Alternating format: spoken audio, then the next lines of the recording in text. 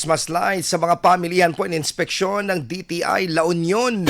Para sa balitang regional na yan, kasama natin Idol Aaron Navelgas.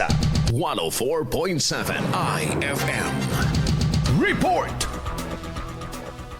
Sinuri ng Department of Trade and Industry La Union ang mga ibinebentang Christmas lights sa 20 tindahan sa San Fernando City bilang bahagi ng pagtiyak sa pagsunod sa Department Administrative Order No. 2 at Fair Trade Laws. Tiningnan ng DTI ang pagkakaroon ng Philippine Standard Mark o Import Commodity Clearance o ICC sticker, gayon din ang posibleng depekto tulad ng sirang cords at hindi ligtas na plug. Lumabas sa inspeksyon na lahat ng 20 establishmento ay sumusunod sa itinakdang pamantayan. Inibok naman ng DTI La Union ang publiko na bumili lamang ng certified Christmas lights at i-report ang anumang mapangarib na produkto upang masiguro ang ligtas na pagdiriwang ngayong Kapaskuhan. Kasama mo sa IFM News Dagupan, Idol Aaron Navelgas, Tatak IFM.